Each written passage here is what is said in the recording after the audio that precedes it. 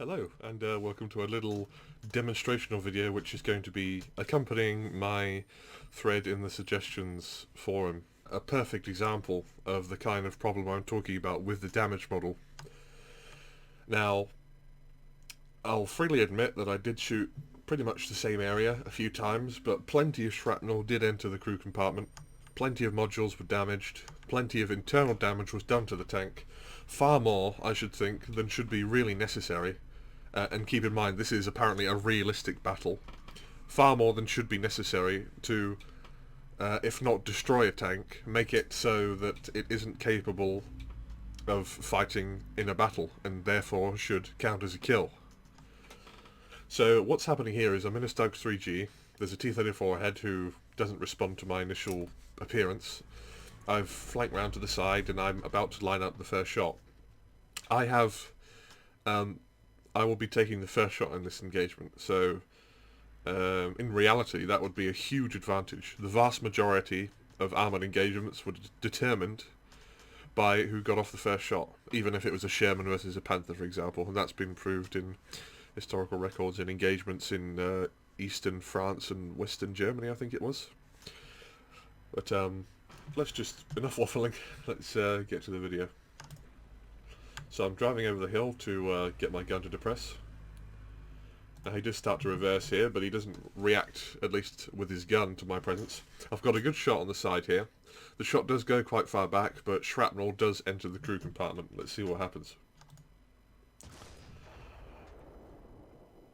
Okay, so the first penetration has completely destroyed the fuel tank, apparently. But that's had no effect whatsoever. No explosion, no fire. What else we got here? The gearbox, I think that is, or the drivetrain has been damaged. Fuel tank's been damaged. The loader has been apparently fairly badly wounded, but that does nothing to impair his abilities. He can carry on performing his duties as if he was unharmed. The ammunition is yellow, which does nothing at all. Let's see what happens. Okay. Well, he's actually fired back, despite me getting the first shot off, despite quite a large amount of shrapnel entering the tank and the crew compartment. He's been able to continue moving, continue turning his gun, and continue operating his gun, his entire vehicle, as if I hadn't penetrated his armour at all. If I hadn't have shot him, his response would have been exactly the same. All I've done is given away my position, even though I fired a 75mm anti-tank shell into the side of his tank, and it's penetrated, and shrapnel has entered the crew compartment, and I've destroyed a fuel tank. It's done nothing at all. Okay, so that's one penetration. Okay, maybe I got unlucky. Second penetration. That's entered the top of the turret. It's killed both crew members, so we've done something this time.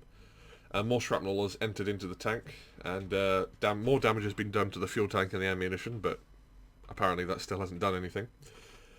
The guys in the front of the tank down here are fine, and he's still very much alive. The tank is still far from a kill. If I can't penetrate his hull, then he'll be able to repair and get his crew shuffled around inside, and he'll be back to fighting. Okay, 2 penetrations. So let's go for a third. Okay, the third shell has entered just to the left of the gun breech. Ironically, the 2 corpses of the dead crew have absorbed some shrapnel there. What have we got here? The radio operator, he's taken 2 pieces of shrapnel to the back of the neck. He's taken 1 to the back and 1 to the shoulder, and apparently that's wounded him somewhat, but it's not impaired his ability to move around or fight or perform any actions whatsoever. And the driver's taken a quite a large piece of shrapnel to the back of the neck, and that's apparently slightly wounded him. Okay. Both fuel tanks are yellow, still. Ammunition is yellow, still. Shrapnel all over the inside of the tank. Pieces of red-hot metal flying around as if a hand grenade has exploded inside the tank, but it hasn't really done anything. The difference internally between the second and third penetrations is negligible. Okay, 3 penetrations. Let's see if we can get a fourth off before someone realises where we are, because we're set out in the open having to fire over and over again. Okay, 4th penetration has entered below the gun, and it's, well, covered these 2 in shrapnel again. Fuel tank is a slightly darker shade of yellow. Ammunition is still yellow. And the radio operator has taken what seems to be more shrapnel to the arm here and there, and that's apparently been enough to finally knock him out. So he's filled with 6 pieces of shrapnel now, I believe, and he's finally out of the fight. Driver's taken another piece of shrapnel to the shoulder, and he's quite badly wounded now, but that still does nothing to affect how he operates. And, okay.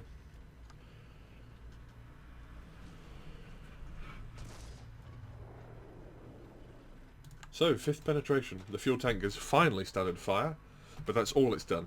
This fuel tank can happily burn merrily away and do nothing for quite a while, quite a number of seconds.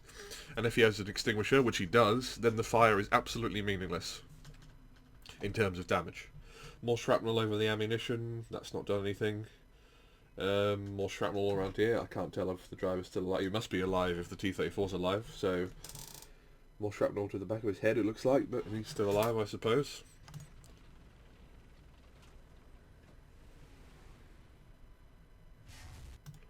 And there we go. I've taken 1 penetration to the side. My driver and gunner are wounded, but they can be replaced. But Stug's got quite crappy side armour there, and that's gone straight in the side. And the 76mm shell on the T-34 has, I believe it's more than 3 times as much explosive filler as the Stug's, so he's done quite a bit more explosive internal damage there. But regardless of that, that was 5 penetrations on 1 tank, and he's still alive.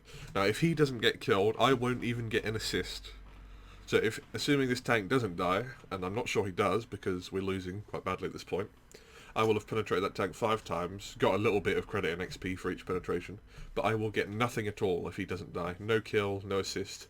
It will be as if the tank had never been shot at. He'll just drive on to the end of the game, still alive, and that won't count as a death for him.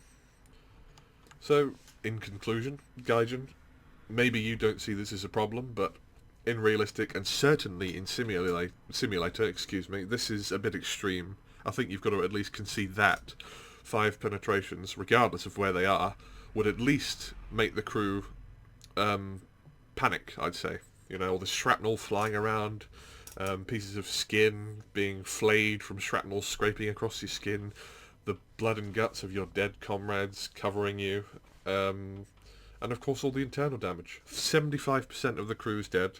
The engine, the transmission, the final drive, all of that is damaged. The ammunition's damaged. There was an internal fire. Fuel tanks have been ruptured. Internal fire.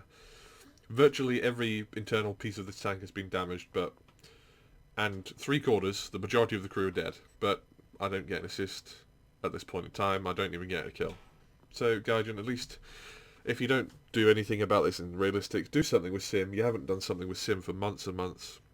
It's really just starting to look like you can't give a darn about Sim at all.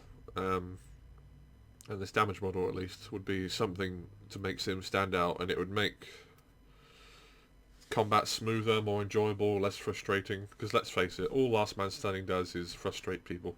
It frustrates this guy because he's only got 1 crew member, so he's limping around for the rest of the game unless he bails out, which he probably won't. And it's frustrating for me because I've penetrated his tank 5 times and I've got nothing for it. So this entire engagement, I would have been better off if I didn't even engage this guy, and I had the first shot off from an advantageous position. But that didn't matter, because the tank was so damn resilient. And that's all I have to say on the matter. Thank you.